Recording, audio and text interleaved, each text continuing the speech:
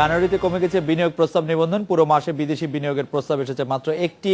এই অবস্থার জন্য রাজনৈতিক অস্থিরতাকে দায়ী করে অর্থনীতিবিদরা বলছেন বিনিয়োগ কমে গেলে দীর্ঘমেয়াদী প্রভাব পড়বে অর্থনীতিতে।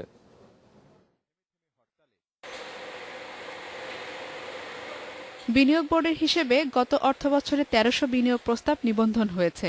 এর মধ্যে ১২৪টি ছিল বিদেশি ও যৌথ।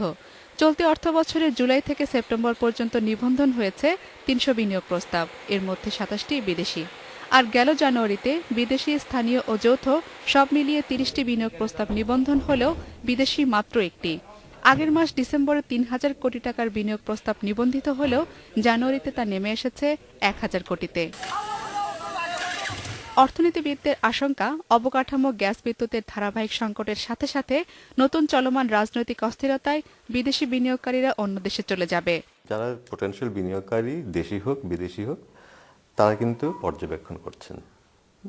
তারা ঠিক এই মুহূর্তে কোনো সিদ্ধান্ত নিতে চাইবেন না, এটাই তো যুক্তি। তাদের তো আরো অপরচুনিটিস আছে, অন্য দেশে যেতে পারেন। সেখানে বাংলাদেশে বসে দীর্ঘমেয়াদী অ্যাডাপ্টেশন, এই প্রসেসটা তাদের জন্য আরো অনেক বেশি মন্থর গতিতে হবে, যদি আদৌ হয়। স্থানীয় বিনিয়োগে দেশের প্রয়োজন মেটানো সম্ভব হয় না বলেই বিদেশি বিনিয়োগের দরকার হয়। এমন বাস্তবতায় দীর্ঘমেয়াদী ক্ষতির মুখে পড়তে হবে বলে মনে করেন অর্থনীতিবিদরা। ভবিষ্যতেও যে নিবন্ধন হবে বা ভবিষ্যতেও যে প্রকৃত বিনিয়োগ হবে তার উপরে একটা নেতিবাচক প্রভাব রাখবে। কারণ এখন আমাদের যে অবকাঠামোর বিনিয়োগ, সেই জায়গাটা বাধাগ্রস্ত হচ্ছে আমরা দেখছি।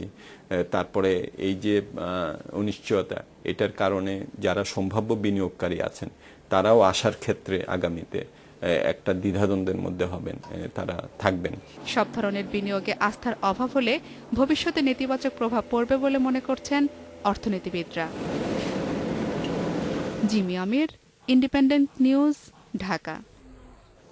এখন আমাদের সঙ্গে আছেন বিশ্বব্যাংকের মুখ্য অর্থনীতিবিদ জাহিদ হোসেন। আমি জনাব জাহিদ হোসেন আপনাকে জানতে চাইবো যে হরতাল এবং অবরোধের কারণে বছরের শুরু থেকে যে অস্থিরতা চলছে, এর ফলে হোক আর নাই হোক যে বিনিয়োগ কমে আসছে অনেকখানি, এর দীর্ঘমেয়াদী প্রভাব আমাদের অর্থনীতির উপর কি পড়বে বলে আপনি মনে করছেন?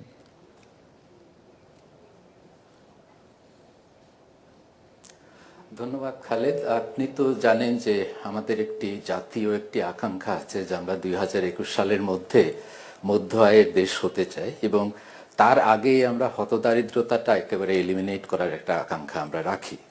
তো সেইটার জন্য কর্মসংস্থানের দরকার, এবং কর্মসংস্থানের জন্য প্রবৃত্তির দরকার, প্রবৃত্তির জন্য বিনিয়োগ দরকার, এবং বিনিয়োগের জন্য আপনার বিনিয়োগকারীদের আস্থা দরকার অর্থনীতির উপরে।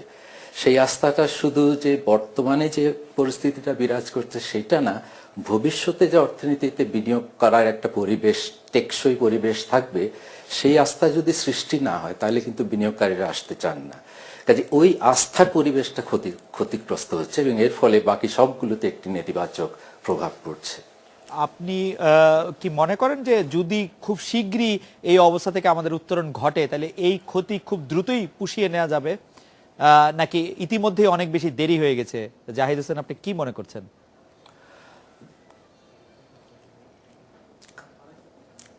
না, এইটা তো আপনার স্থিতিশীলতা ফিরিয়ে আনা বিনিয়োগের জন্য একটি পূর্ব শর্ত, কিন্তু সেটা ফিরে আসলেই যে আপনার বিনিয়োগ সাথে সাথে চলে আসবে তা না।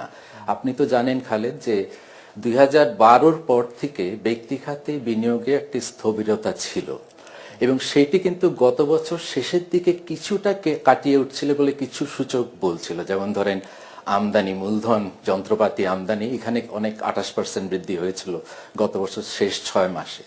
সেটি যে একটি স্থিতিশীলতার মধ্যে দিয়ে আমরা 2014-তে গেছি, সেইটা মোটামুটি একটা কনফিডেন্স বিল্ড আপ হচ্ছিল, কিন্তু এখন আবার সেটা যে ভেঙে পড়েছে সিচুয়েশনটা, এটা যদি আবার স্থিতিশীলতা ফিরে আসে এবং শীঘ্রও যদি আসে, তারপরেও আস্থা গড়ে তুলতে কিছুটা সময় লাগবে। তাও যদি সেটা টেকসই হয়, আর অন্যান্য যে সমস্যাগুলি ছিল বিনিয়োগের উপরে, কাঠামোগত সমস্যা, বিশেষ করে জমি, বিদ্যুৎ, গ্যাস এবং যোগাযোগ, এইগুলো যদি অ্যাড্রেস করা হয় তাইলে হয়তো আলটিমেটলি বছর 2-3-এর মধ্যে আমরা বিনিয়োগে প্রাণ ফিরে পাবো। হরতাল অবরোধ বাদ দিলে আপনি যে অবকাঠামোগত সুবিধার কথা বলছিলেন, জমি, বিদ্যুৎ, যোগাযোগ এবং জ্বালানি, তো সেই ক্ষেত্রে আপনি কি উল্লেখযোগ্য নীতিগত পরিবর্তন বা আমি যদি বলি কোনো অ্যাডজাস্টমেন্ট দেখতে পাচ্ছেন কিনা এই সময়ের মধ্যে, যে এটি ভালো হয়েছে, কোনো পজিটিভ মুভমেন্ট আপনি দেখতে পাচ্ছেন কিনা, জনাব জাহিদ হোসেন? জি। হ্যাঁ, এখানে কিন্তু কিছু কিছু উদ্যোগ কিন্তু অলরেডি নেওয়া হয়েছে, কাজে এখানে নীতিগত পরিবর্তনের আর প্রয়োজন নাই। যেই নীতিগুলো আমরা গ্রহণ করেছি সেগুলোর বাস্তবায়নটা আরো দ্রুত করতে হবে।